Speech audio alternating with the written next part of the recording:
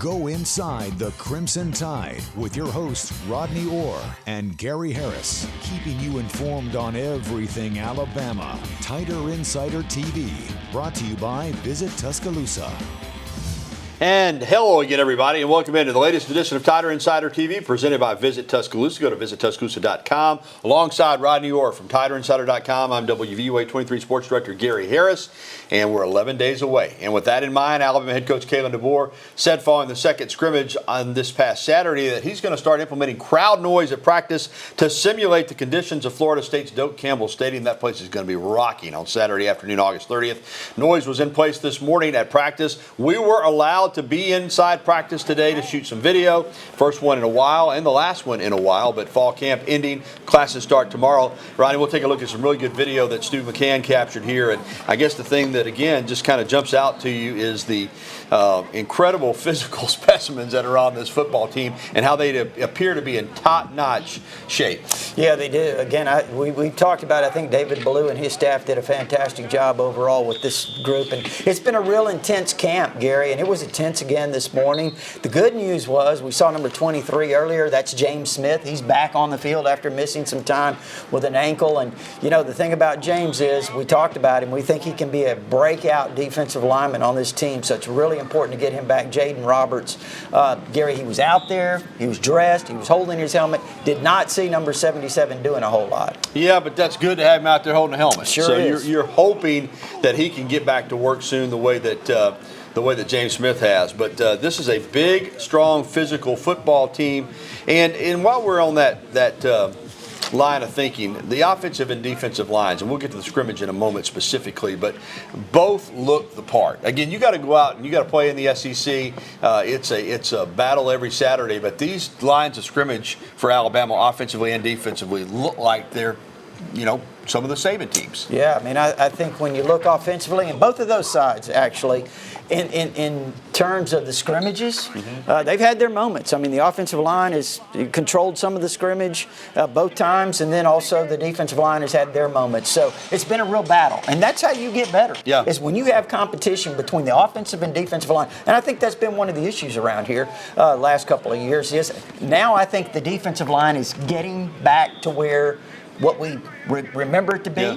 Now, again, I'm not sure they have the dominant players that they had, but this is a real competitive defensive line. All right, let's get to the scrimmage, and we'll start with the offensive and defensive teams. It appeared, according to sources that you talked to, following the scrimmage, that the offensive line the offense overall won the first half of the scrimmage, but the defense took charge in the second half, particularly in goal line situations. Yeah, I think really the offense started really hot. Now, when you talk about both the first and second units, they went down out of 4 possessions. There were 3 touchdowns and a field goal. But then after that, basically, from the people we've spoken with, the defense dominated, which is good. You really want the defense to be strong at this point, you know, in camp. So they really had a great scrimmage, the defense, and it sounds like they shut things down. When you talk about short yardage, goal line, red zone, all of those types of things. All right.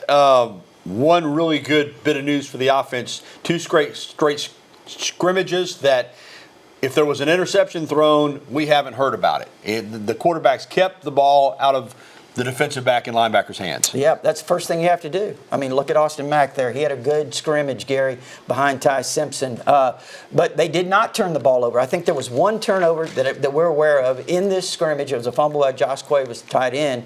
But other than that, I think it was pretty clean. Now, we do talk to people that say, hey, there was some false starts. They had more penalties. It wasn't quite as clean as scrimmage one, but you really can't complain at this point in camp. And you were told that Ty Simpson had an outstanding scrimmage, followed up the first scrimmage with a second scrimmage, that he was in command, moving the ball, checking down when needed to, but also throwing the ball down the field with accuracy as well. You know, Ty has that ability. I mean, he can throw the ball down the field really, really well. He had a 25-yard touchdown throw in this scrimmage to Ryan Williams. But also, yeah, he did use his checkdowns. Tight ends, backs are really important in the receiving game here. And but Ty, everything, Gary, since the start of camp has been really positive of what he's done. Now, he had some big runs in this scrimmage, too, that in games might have been touchdowns. So Ty's really dangerous running the football as well. All right.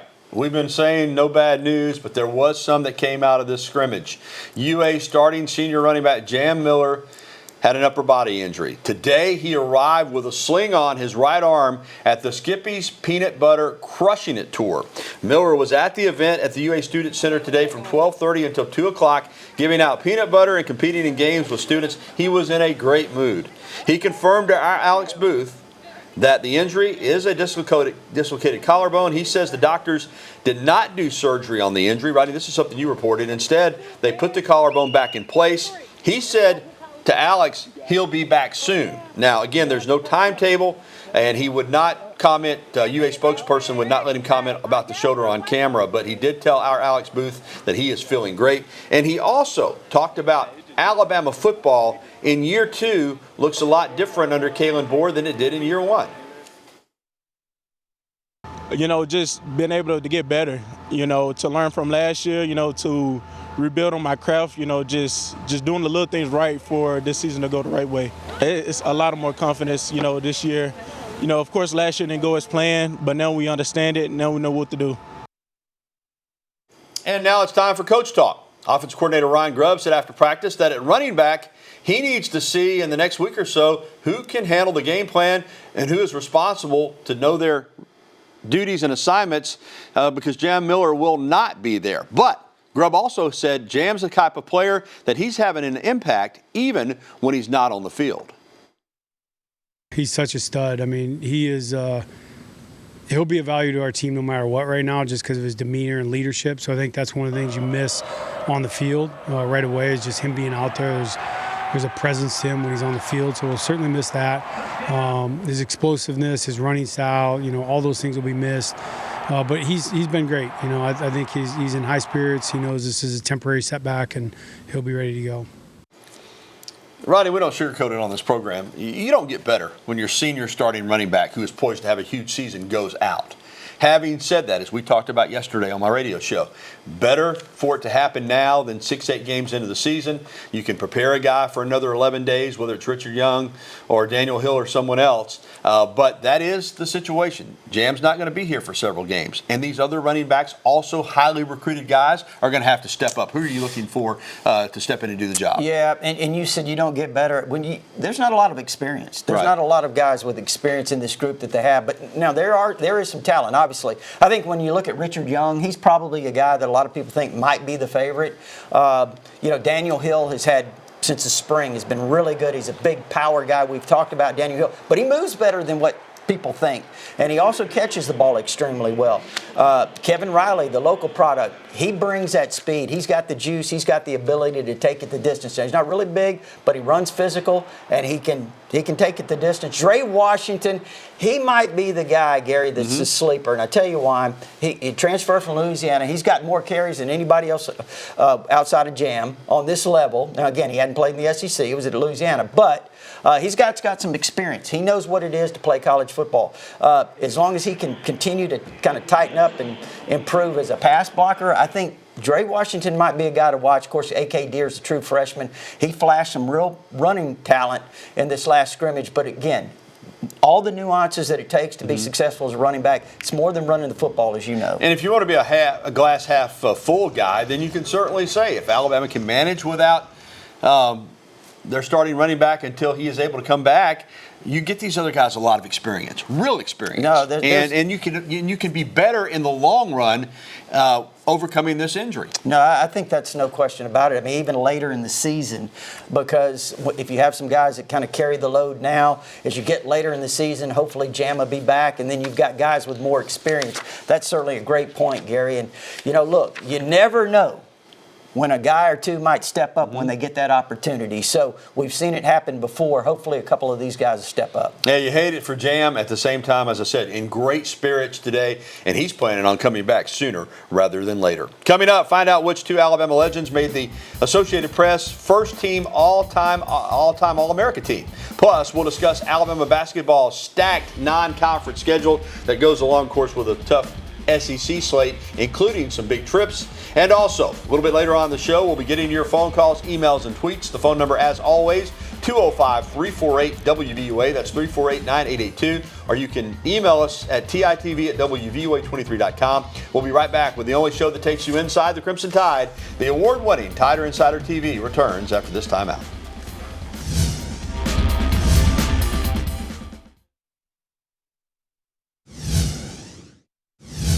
And welcome back to Tider Insider TV, presented by Visit Tuscaloosa. Alongside Rodney Orr, I'm Gary Harris.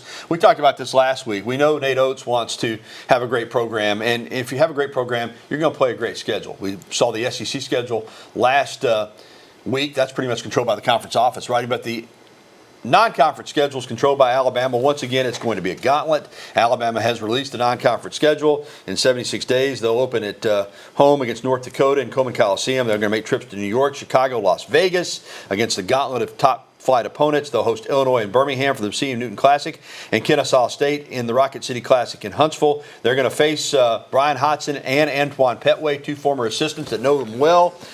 So listen, it is what it is. You're a top-tier Final Four caliber program. You don't shy away from competition. You play a Final Four top-tier program schedule. Yeah, I think it makes you better. Yeah. I think it makes you better towards the end of the season. And look, Gary, I mean, that fans want to see it. Let's be honest. Yeah. Well, they're going to get to. Alabama's playing a big boy schedule. I will ask you this, Rodney, after Final Four trip 2 years ago, an Elite Eight trip this past year. I mean, Bama fans are starting to sound a little bit like football fans. They want a national championship in basketball. They really do. I mean, they were a little disappointed with the Elite Eight, if you can believe it or not.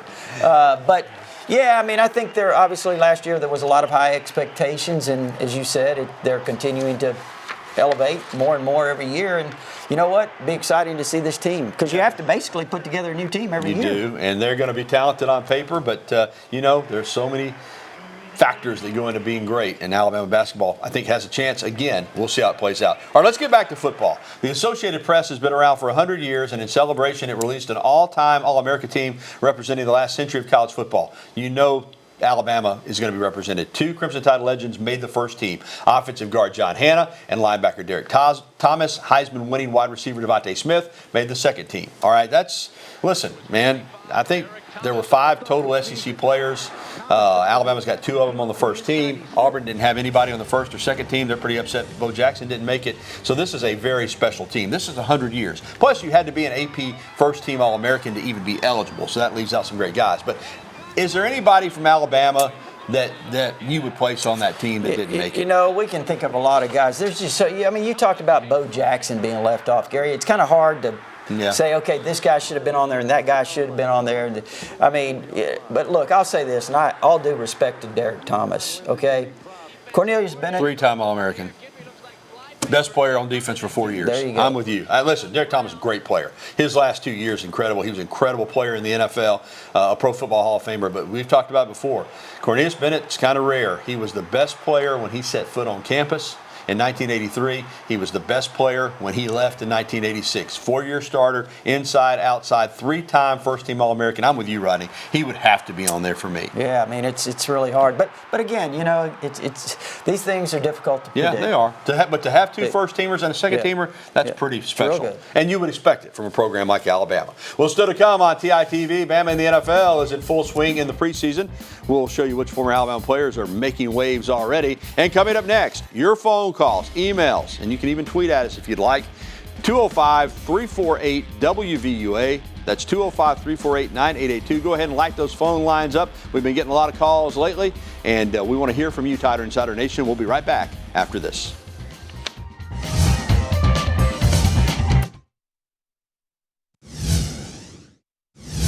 Well, I know it's just the preseason, but hey, man, coaches still see this. Anfernee Jennings wreaked havoc on the Vikings Saturday. The Patriots outside linebacker had 3 sacks against the Vikings. Listen, Rodney, he's battling for a roster spot, but the former Patriots draft pick, 3rd-round pick, is making a case for himself not only to make the roster, but to be a factor. You get after the quarterback in that league. That's what they're looking for, right? Yeah, first of all, I remember in high school, he was a great pass rusher. He got here. You remember the dominant game he had against Clemson I do, very well. 2017. Yeah. Well, it would have been, I guess, 2018, actually. in that Sugar Bowl against Clemson right before he played Georgia for the national championship. And that's the game he got hurt. Yeah. You remember? What about John Metchie going from a team that's got a lot of Alabama guys, the Houston Texans, to the the Philadelphia Eagles? They trade Metchie to the Eagles. Last count, Rodney, I think some of them may be released. I think there's 10 former Alabama players on the Eagles now. And you know the thing about Metchie?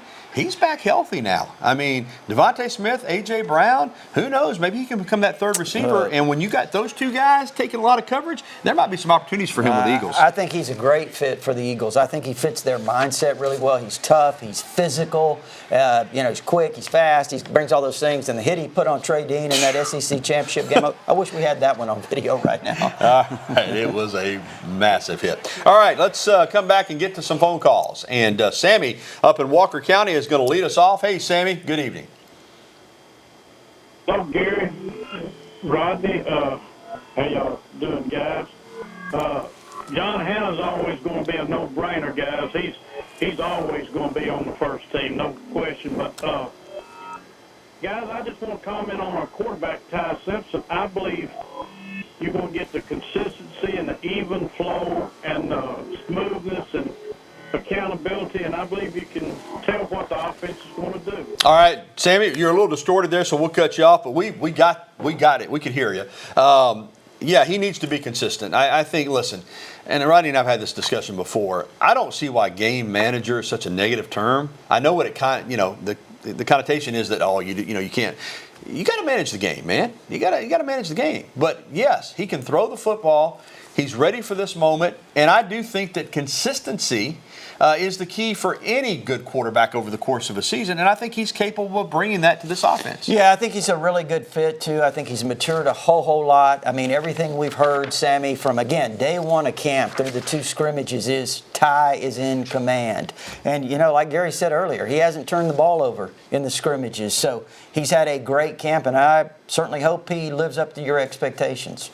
Phone lines are open, 205-348-9882. Go ahead and give us a call. In the meantime, let's get to our email question of the day. And our email question of the day is brought to you by KDM Service Corporation. When it comes to heating and air conditioning, KDM Services serves your family like our family. And here is the question of the day. How many running backs will Alabama use? Marty in Northport. Actually, that was sent in last week before the Jam Miller injury, so we didn't get to it. But that's why we make question today. Well, obviously, they've got 5 available on scholarship. Rodney, how many of those guys do you think you're going to see? We talked about it a little bit earlier, but we'll see a lot of playing time in that opener at Florida State. That's a great question. I mean, I think you really want at least 2 guys, maybe 3, to hopefully be in that rotation. And look, we talked about a pecking order earlier, Gary. I think this thing's wide open. With Jam out, I think they're looking for the guy, 2, 3 guys. It doesn't really matter who it is. I know there's been a pecking order established in some of the drills and the scrimmages and all these things, but I think that's out the window. I think they want to see who wants to carry the load in these early games. All right, good email question there. Still to come on Tider Insider Television, Alabama soccer back on the pitch, and they have started off the season with a very strong start. We'll have details. And coming up, more of your phone calls and emails. Again, the phone lines are open, 205-348-9882. And we've got an email about Auburn. We don't usually talk about Auburn on Tider Insider TV, but I think you'll find this one rather interesting. So go and give us a call if you want to get through. Also, we'll get to more emails. TITV will return. We've got to take a break, and then we'll be right back.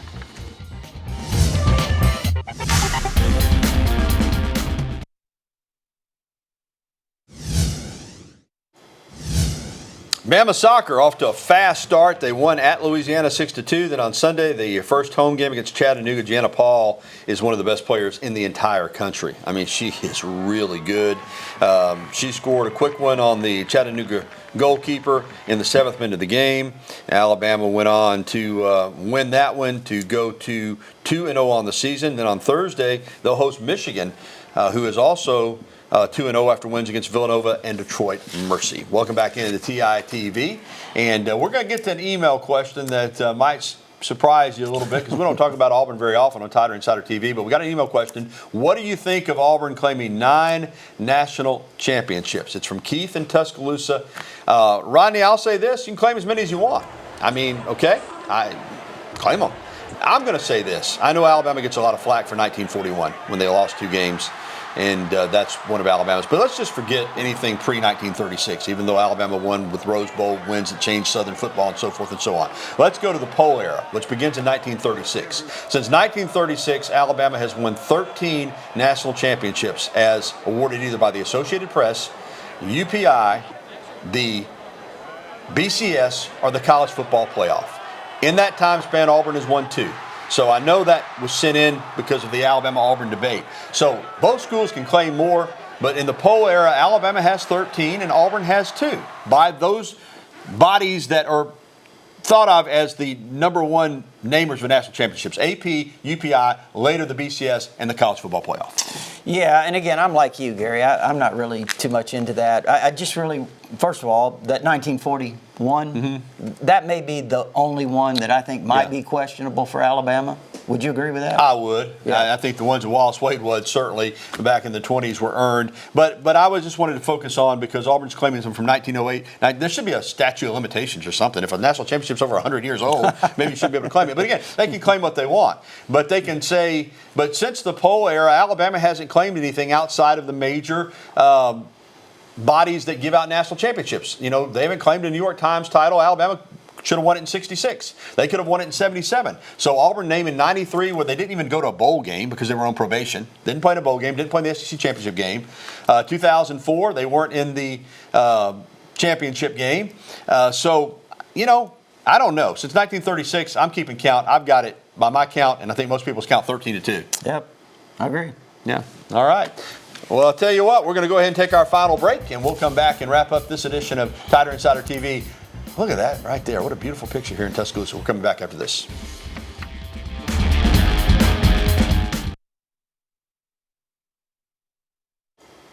Well, former Alabama pitcher David Robertson is now 40 years old, but if you can pitch, you can pitch. He signed with the Phillies, one of his former teams, back in July, made his way onto the roster, and in 3 appearances, he has had no runs and 4 strikeouts, and he's comfortable there, you know? I mean, they're welcome back to Philly. David Robertson, great addition for the Phils as they lead the National League East. All right, that's going to do it for this edition of Tider Insider TV, presented by Visit Tuscaloosa. Don't forget, if you missed any of tonight's show, you can catch the replay tonight at 10:30 following the news at 10, or online anytime at WVUA23.com. For Rodney Orr, I'm Gary Harris. Thanks for watching, and we'll talk to you next Tuesday night at 6:30, game week next week. Good night, everybody.